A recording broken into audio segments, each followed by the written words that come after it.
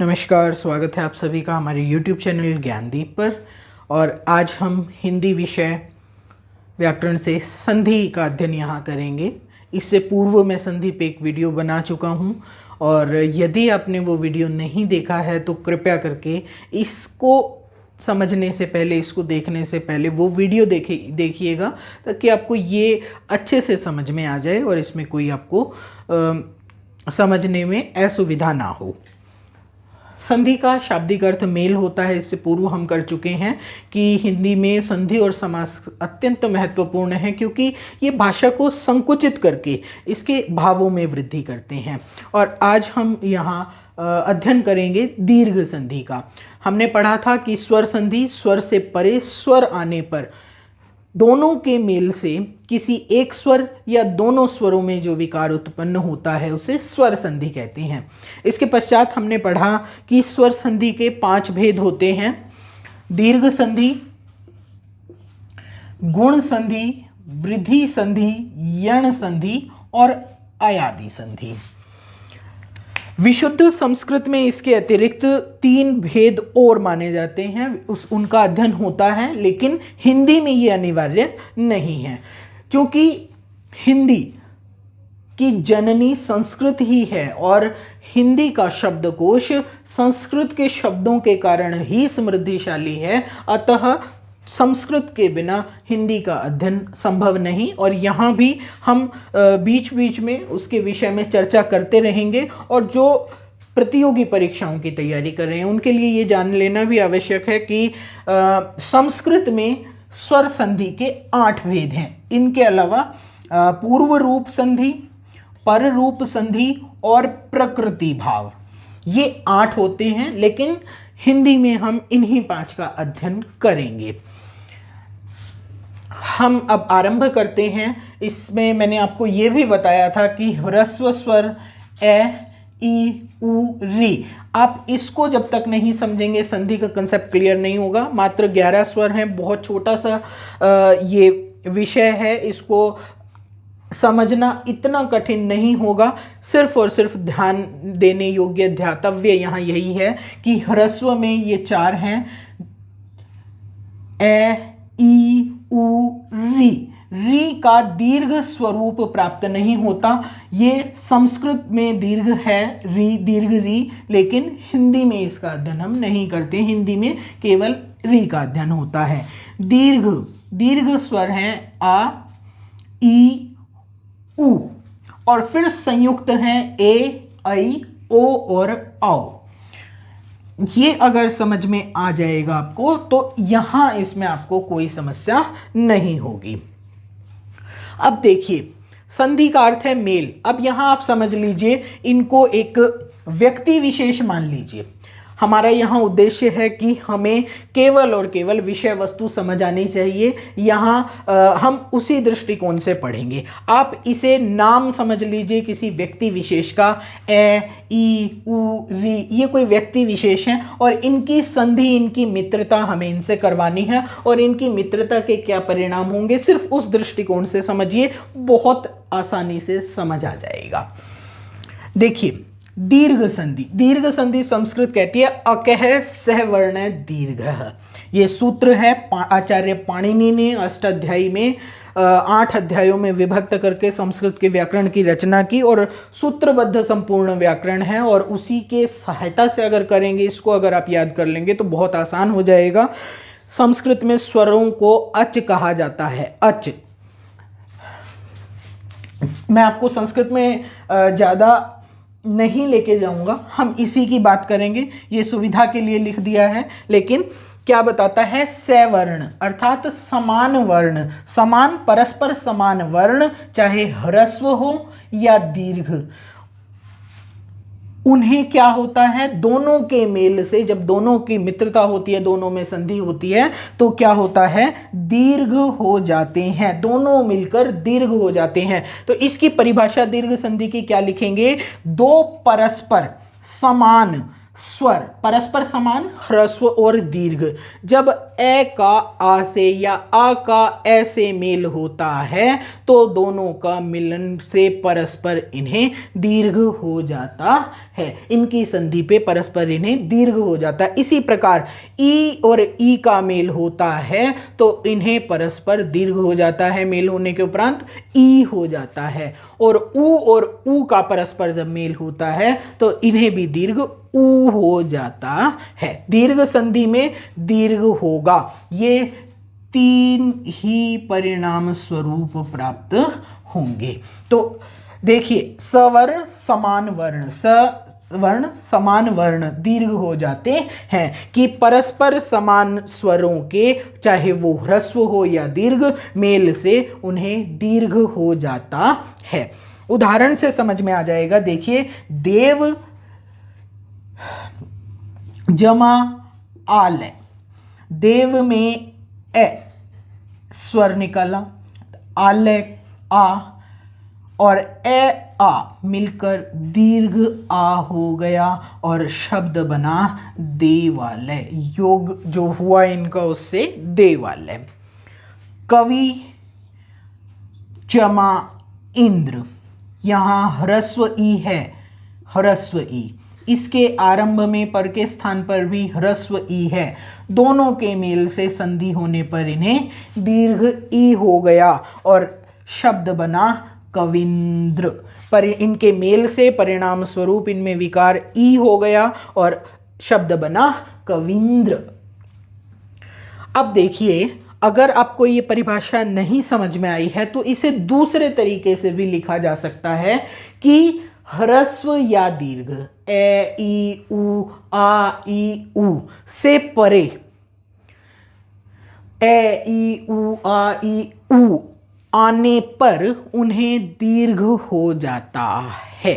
अब देखिए, इसमें एक और चीज ध्यातव्य है कि ऐसे परे यहां ई नहीं आ सकती दीर्घ संधि में, वो फिर गुण हो जाएगा। इसकी चर्चा आगे करेंगे। यहां सिर्फ समान वर्णों का ही योग होता है, मेल होता है, संधि होती है।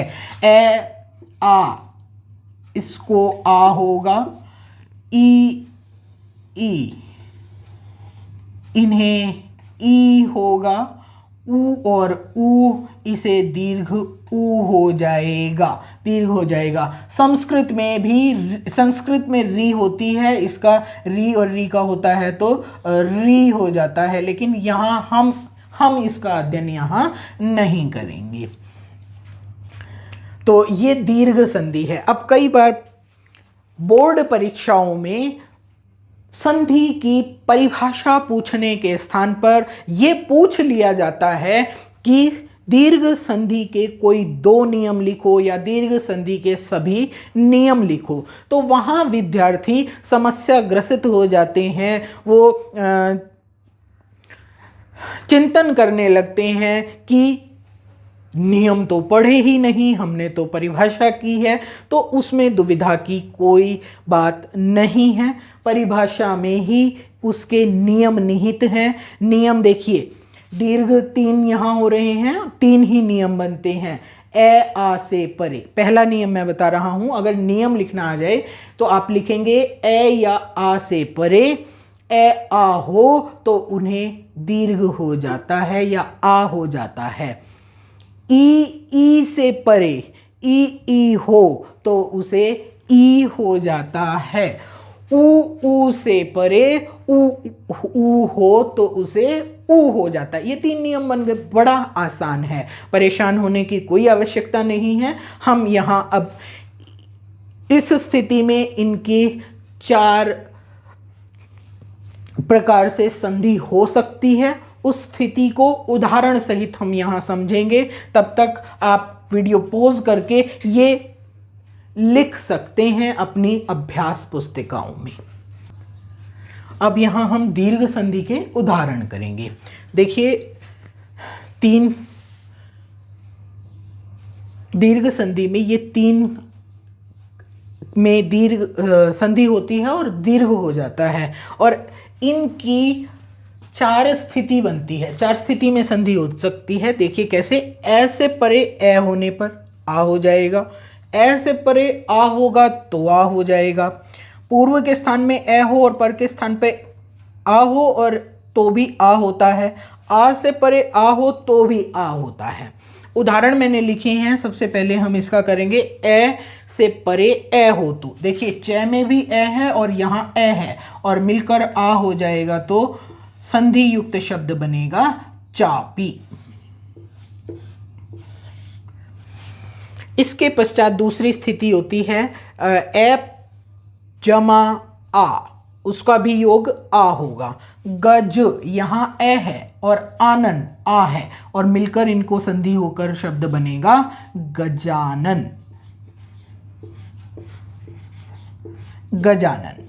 इसके बाद नेक्स्ट अगली जो स्थिति हो सकती है, आ के पश्चात ए हो तो भी इनके योग से आ होगा। शिक्षा और अर्थी, तो मिलकर शब्द बनेगा इनके योग से शिक्षार्थी।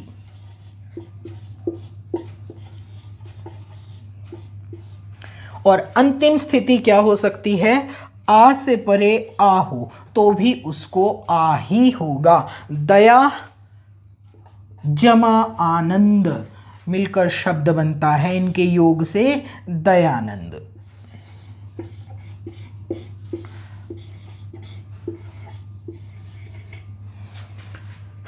उम्मीद करता हूं आपको समझ आ रहा होगा। इसके बाद दीर्घ संधि में यही स्थिति ई और ई की बनती है। इसी प्रकार से चार स्थिति बनती हैं।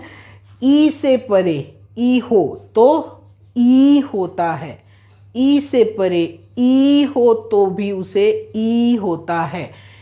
पूर्व के स्थान पर ई हो और पर के स्थान पर ई हो तो भी उन्हें ई ही होता है, और ई से परे ई होने पर भी ई ही होता है।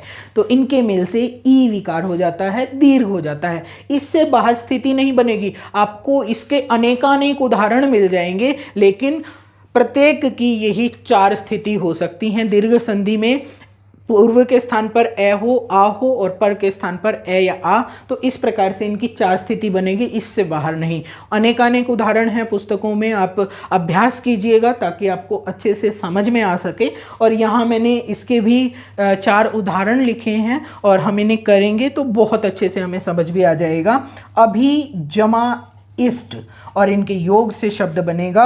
यहाँ ह्रस्व ई है, यहाँ भी ह्रस्व ई है और इनको दीर्घ ई हो जाएगा मिलने पर और शब्द बनता है अभीष्ट। एतद उपरांत द्वितीय उदाहरण है ई जमा ई, इनके योग से इसका उदाहरण देखिए। कपीश, कपी ह्रस्व ई है, ये दीर्घ ई है, इनके योग से इनमें विकार होगा और दीर्घ ई हो जाएगा, शब्द बनेगा कपीश।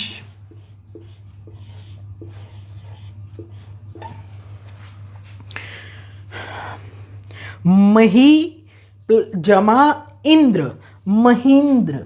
अब ये देखिए, यहां दीर्घ ई है, यहाँ ह्रस्व ई है, दोनों के योग से दीर्घ ई हो जाएगी और शब्द बनेगा महींद्र।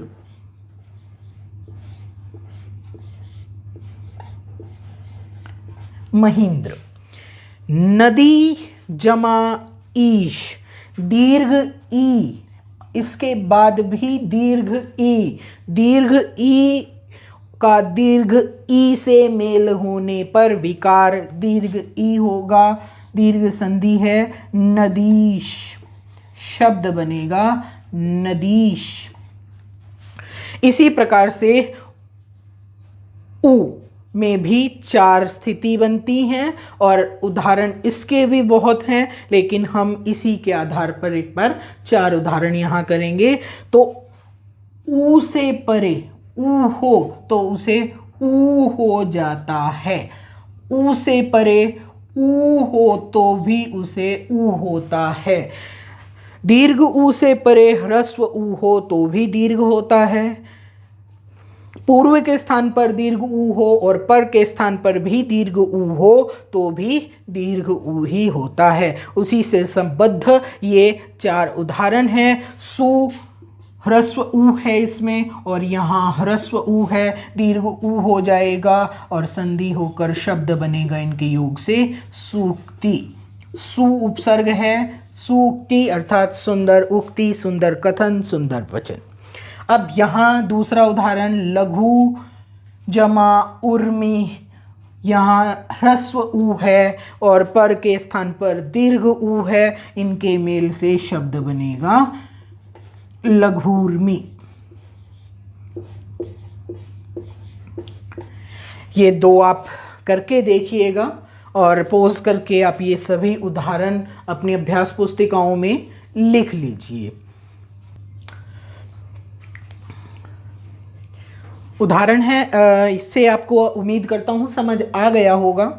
ये मैं कर देता हूँ, आप बुक से और उदाहरण पुस्तक से अपनी अभ्यास करके उसका देखिएगा ताकि आपको ये समझ आ सके। वधू प्लस उत्सव जमा उत्सव, तो इनकी योग से शब्द बना वधूत्सव।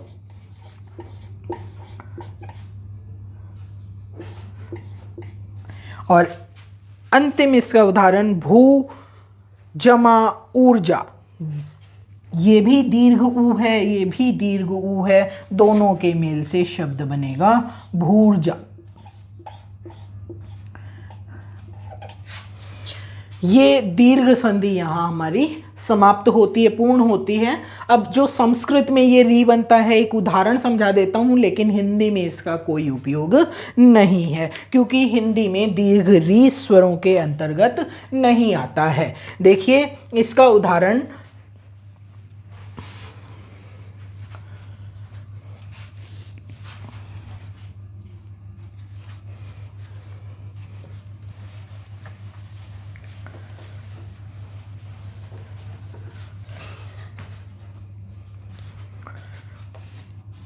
पितृ जमा ऋणम। पितृ जमा ऋणम।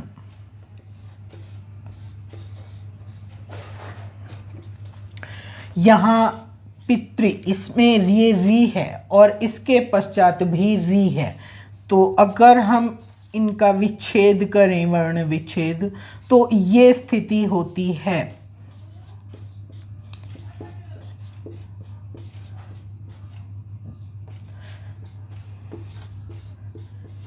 और ये री मिलकर दीर्घ री हो जाती है।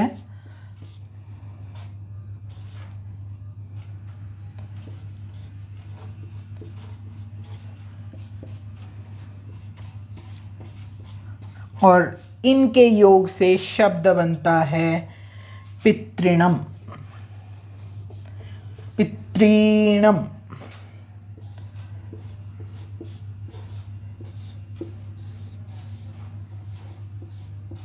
ये शब्द बनता है। उम्मीद करता हूं आपको यहां तक समझ आया होगा। अब एक बार स्थिति स्पष्ट हो जाएगी तो आगे समझने में समय नहीं लगेगा, इसे आप ध्यान से कीजिएगा। ये अगर आपको आज समझ आ गई तो आगे आपको गुण संधि और वृद्धि संधि समझने में समस्या नहीं होगी। इसीलिए हम आज इतना ही करेंगे। इसके अगले भाग में हम थोड़ा इसको जल्दी और स्पष्टता से, सरलता से, सुगमता से समझ सकेंगे। और उम्मीद करता हूँ आज का ये वीडियो आपको पसंद आएगा। और अगर वीडियो पसंद आए तो प्लीज़ लाइक कीजिएगा, कमेंट करके बताइएगा कोई त्रुटि है उसके विषय में भी, और अगर वीडियो आपको अच्छा लगा है तो उसके विषय में भी। अब डिस्क्रिप्शन बॉक्स में भी हम यथाशीघ्र आपको इससे संबंधित नोट्स प्रोवाइड करवाएंगे। आशा है कि हम जिस कार्य को करना चाह रहे हैं उसमें यशस्वी होंगे। सादर धन्यवाद, आभार।